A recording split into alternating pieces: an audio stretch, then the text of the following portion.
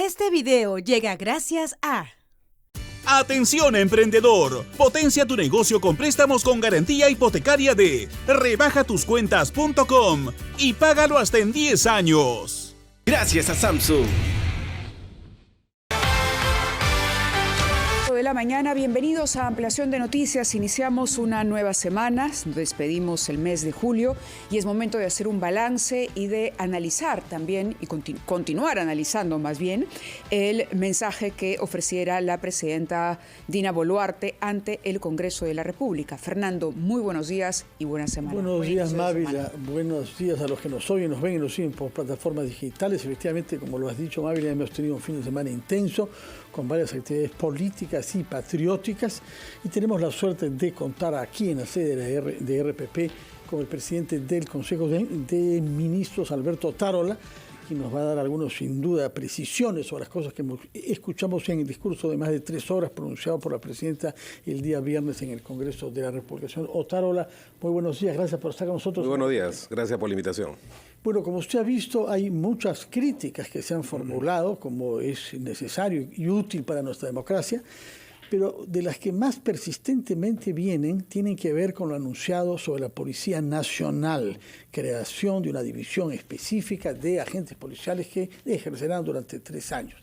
Contéstenos cuál es el proyecto específicamente que se ha hecho y se han evaluado todos los riesgos que una medida de ese tipo puede implicar. Bueno, sí, como el país sabe, la presidenta ha solicitado una delegación de facultades por 120 días al Congreso de la República, concretamente en el tema de seguridad ciudadana. Pensamos adecuar, reformar y relanzar más de 30 normas, que en este momento ya hay un equipo del Poder Ejecutivo revisando, entendiendo que el problema de seguridad ciudadana no solamente va a implicar la reforma de normas o la expedición de unas nuevas leyes, pero esto es muy potente por varias cosas, ¿no? Uno, porque existen varios delitos que se han venido, configurando conforme a la gravedad de los mismos. Ahora hay organizaciones de personas, delincuentes, que trafican con las personas en las fronteras. Anoche lo hemos visto en un programa de televisión. Existen una delincuencia cada vez más cruel en el accionar y cruenta. Por ejemplo, nos hemos dado con la sorpresa de aquellas personas que vulneran los derechos de un menor de edad. No existe, puede prescribir ese delito. En fin, hay que reforzar las casas de hogar de las mujeres.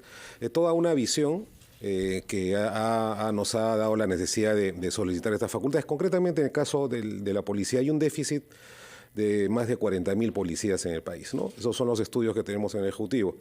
Entonces, y también hay otra realidad, los jóvenes no se están alistando con la rapidez deseable. Y ahí también tenemos un reto, porque tenemos que hacer de la carrera policial una carrera atractiva para los jóvenes. Y lo que se ha diseñado es un proceso de captación rápida de jóvenes, especialmente aquellos que han hecho el servicio militar voluntario, que tienen una idea de respecto de las tareas de seguridad, para prepararlos en un plazo absolutamente razonable. ¿Y salgan... ¿Cuál es ese plazo? Bueno, es de acuerdo a las escuelas 6 meses en las escuelas policiales, y van a tener una modalidad de contrato especial y la posibilidad que cuando concluya este contrato se reenganchen en las escuelas de oficiales o suboficiales. Y también estamos pensando en un sector de la población, Fernando, al que poca atención le hemos prestado, son los ninis, los jóvenes que ni estudian ni trabajan. Es un sector que está creciendo en la informalidad laboral y que directamente pudiera estar comprometido en la ampliación de los índices de inseguridad en el país. En fin, es una medida que vamos a sacar al debate, evidentemente, no vamos a dar de una norma que contravenga la Constitución, ni mucho menos, ¿no? La idea es fortalecer la policía y tener una policía preparada para que se desplace a los lugares del país que tienen déficit de la fuerza del orden. De acuerdo, usted ha mencionado la informalidad, este grupo de personas que ni estudia ni trabaja, que es precisamente una consecuencia no solamente de la informalidad, sino de la falta de empleo de calidad que hay en el país. ¿Qué medidas va a implementar el gobierno precisamente para generar empleo y pelear contra la informalidad, que va en una curva ascendente en nuestro país? En ese sentido hemos hecho un llamado, estamos trabajando muchísimo con la inversión privada. El Estado es un es una entidad que ejecuta obras, que en este mismo momento, con Punche Perú, por ejemplo, hemos inyectado 8.000 millones, estamos en curso de inyectar 8.000 millones de soles a la economía. Se van a construir 6 hospitales por el monto de 7.000 millones y la emergencia en el norte, por el Niño Global, va a significar un desembolso de cerca de 1.800 millones. Entonces, esto también es generador de mano de obra, de movilizador de la economía. Pero, sin embargo, digamos, el aspecto central es volver a relanzar las inversiones en el país. Lo estamos consiguiendo con la minería. El 100% de solicitudes de exploración y solicitudes administrativas de diversas expedientes de mediana y gran minería van a ser atendidos a final de este año. Teníamos muchas quejas, un expediente podía demorar de 2 a 3 años y lo hemos reducido a 3 meses. ¿No? Al inversionista se le tiene que decir sí o no y rápido. ¿No? Claro, el tema del silencio administrativo, digamos, ¿cómo se va a entender? Porque en la mayoría de casos las quejas vienen por ello, por lo que usted acaba de mencionar. Una cantidad de expedientes que no terminan nunca. La empresa presenta y le siguen pidiendo documentos y un trámite que debería tomar, lo que usted ha dicho, en promedio 3 meses, termina dilatándose muchísimo más. ¿Hay una intención clara o algún anuncio particular y directo que se pueda hacer? Ya lo hemos hecho, Mávila. Ya lo hemos hecho. El Estado, concretamente en la inversión minera, está dando respuesta administrativa al 100% a diciembre de este año. Teníamos un embalse de cerca del 60% de expedientes. Y lo mismo va a ocurrir con otras inversiones. La presidenta ha anunciado algo que, digamos, ha sido una noticia muy importante, pero no se le ha prestado mucha atención. El famoso gas barato para el sur, ¿no? Se va a instalar una petroquímica que va a ser generadora no solamente de fertilizantes, de material para las mineras, sino una alianza con varias empresas del más alto prestigio internacional van a culminar este famoso gas. ¿Cuáles son estas empresas que en efecto están mencionadas? Todavía no han expresado su interés en firme, ¿no? Yo creo que en algún momento se tendrá que conocer el nombre de las empresas, pero son empresas muy serias. Tengo entendido la negociación la están llevando a cabo el Ministerio de Economía y Finanzas y el Ministerio de Energía y Minas, y creemos que es la deuda que tiene Perú con el sur, ¿no? Bueno, tomamos nota entonces de que pronto conoceremos quiénes son las empresas que participarán en la creación de ese polo petroquímico en el sur. Entre tanto, hay temas que tienen que ver con la realidad social de nuestro país y con el descontento que procede de él, que no han sido mencionados suficientemente. Uno de ellos es el aumento de la pobreza en las ciudades y del hambre en las ciudades. Hay quejas incluso de parte de las organizadoras de las ollas comunes por no haber destacado el tema. Y también al mismo tiempo cero referencia a la agricultura familiar, que como sabemos es la de los campesinos y las comunidades y de los agricultores más pobres, pero que al mismo tiempo producen lo que comemos en las ciudades. Una de las, números que nos ha dejado el señor Castillo es el crecimiento de la pobreza monetaria. Creció a 27.5%. El otro número es el de la corrupción.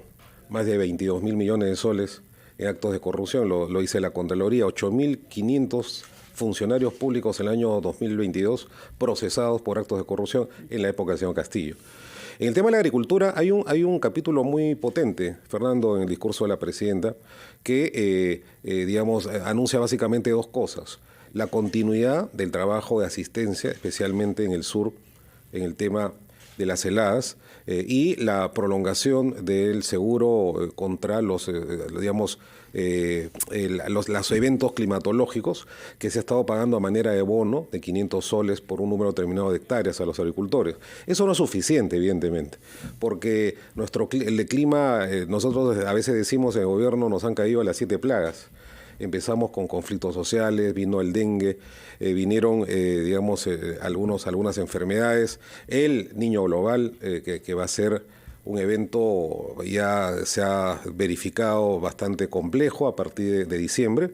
Entonces estamos haciendo un enfoque como Estado y estamos preparándonos para enfrentar estos problemas. Ahora, el ministro de Economía lo ha anunciado, a partir del segundo, especialmente el tercer trimestre de este año, la economía va a empezar a recuperar los estándares perdidos, ¿no? La inflación ha bajado, estamos por debajo del 6%, este mes se va a mantener en 6%, y esperamos recuperar poco a poco y de manera constante el crecimiento de nuestra economía, que no va a terminar a fin de año en un algoritmo en cero, ¿no? O negativo. Estamos seguros de ello, ¿no? La presidenta hizo una exhortación durante el mensaje al Congreso de la República a reflexionar mucho más sobre aquellos proyectos que eran observados por el Ejecutivo.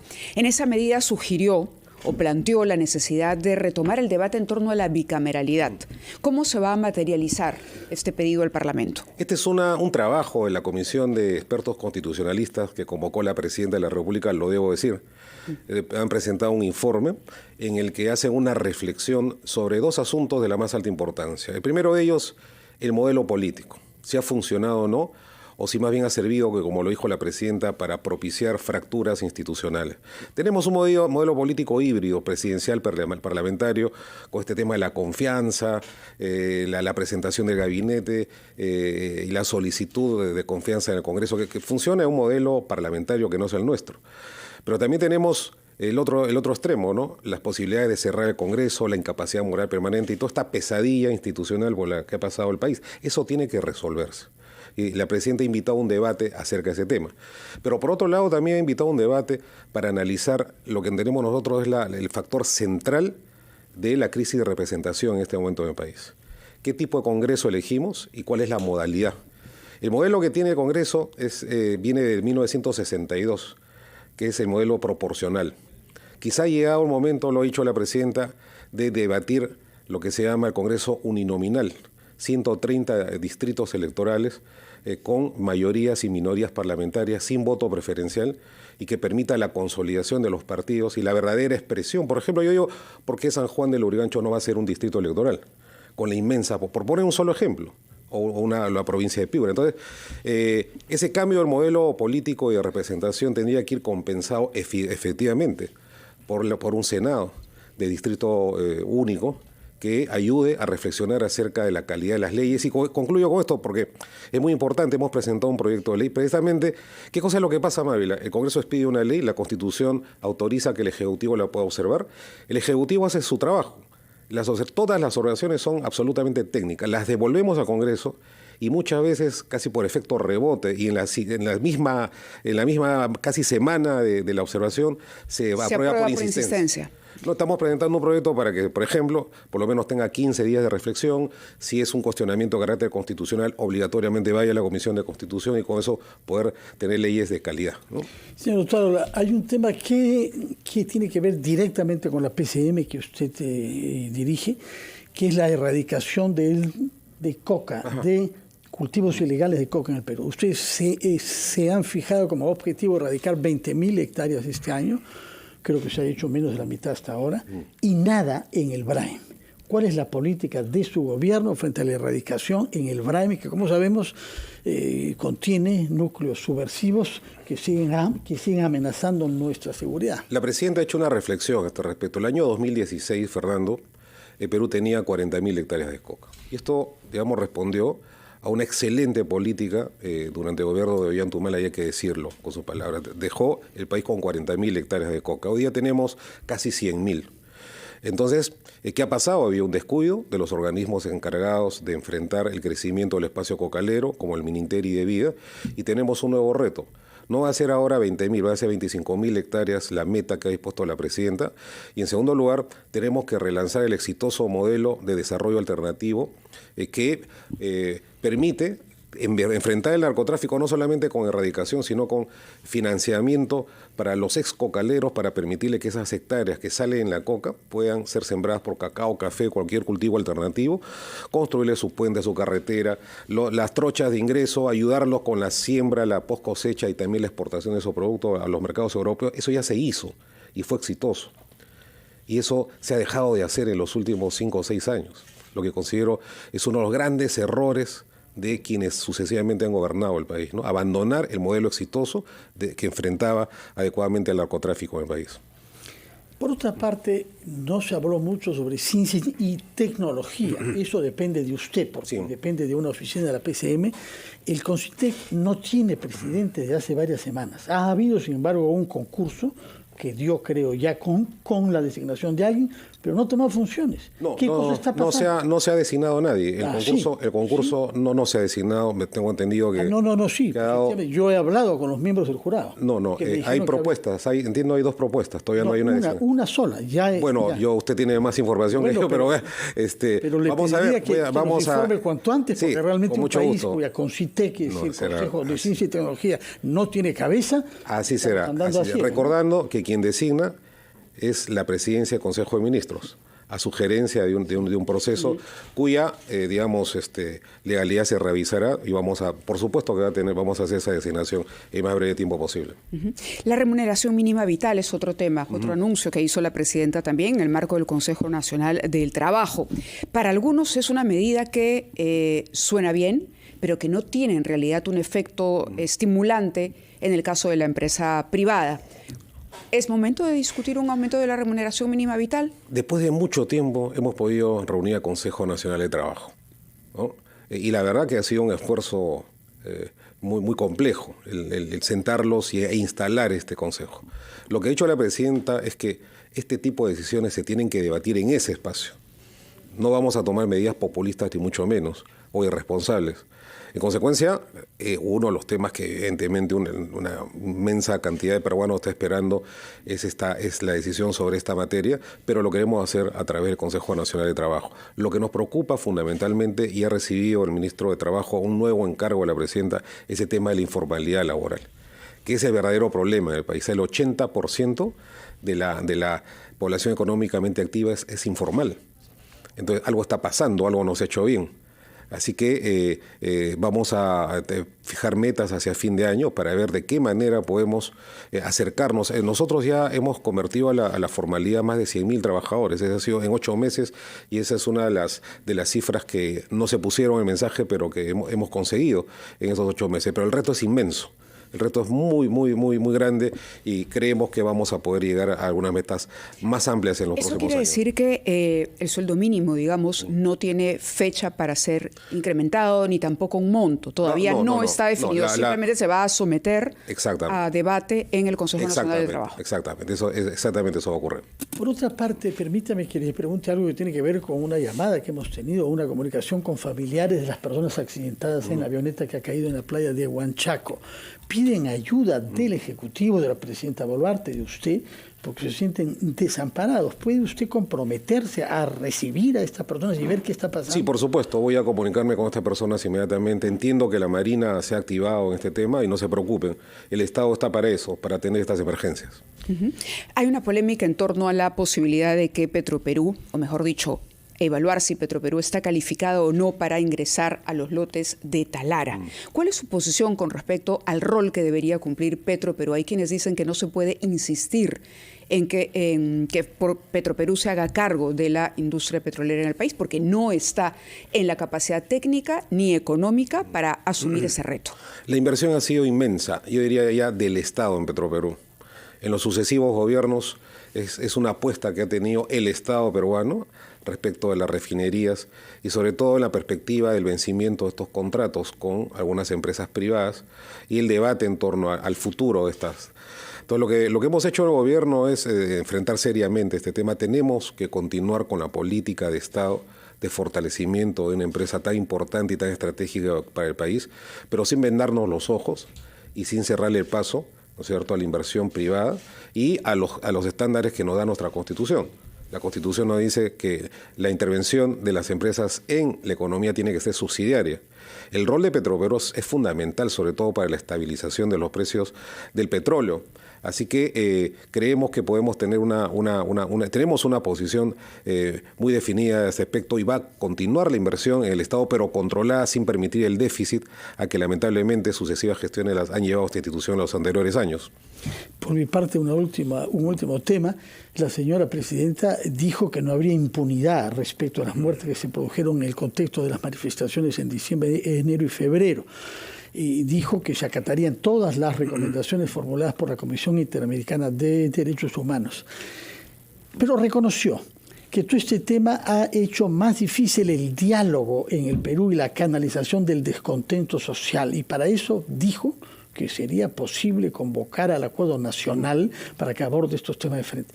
¿Qué pasos se han dado? ¿Qué fecha ve usted para que esto se haga realidad?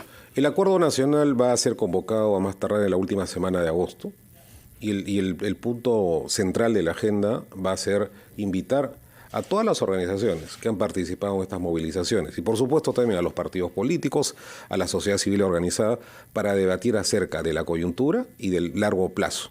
Entonces queremos que el acuerdo nacional, cuya legitimidad nadie cuestiona, puede ser el escenario adecuado para sentarnos en paridad, en igualdad de condiciones, todos los actores y conversar acerca de los problemas de Perú y las perspectivas de nuestro país. Muy bien, tengo entendido que está apurado. Nosotros tendríamos otras preguntas, Mávila, pero me parece que hay que dejar al señor Otárola hacer su trabajo. Muchas gracias por su presencia. Hay que ir a trabajar también, oye. Y muy buenos días, señor Otárola. Muchísimas gracias, Muchísimas Mávila. gracias a usted por estar con nosotros esta mañana. Hacemos una pausa, Mávila, y regresamos. Vamos a la pausa, 8:21. Hace Fernando y regresamos.